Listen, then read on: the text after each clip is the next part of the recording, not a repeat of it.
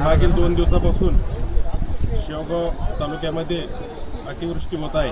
तसेच हवामान खात्याने पुढील 2-3 दिवसातही मोठ्या प्रमाणात पाऊस होण्याची शक्यता वर्तवलेली आहे। आजच्या घडीला शेवगाव तालुक्यामध्ये मोठ्या प्रमाणात पूर परिस्थिती निर्माण झालेली आहे। तरी सर्व जनतेला आवाहन करण्यात येत आहे की त्यांनी पाण्याची परिस्थिती पाहून घराच्या बाहेर पडावे। तसेच अडीअडचणीच्या वेळी प्रशासनास संपर्क साधावा। कोणीही स्वतःहून कसल्या प्रकारे पाण्यात उतरू नये किंवा रिस्क घेऊ नये।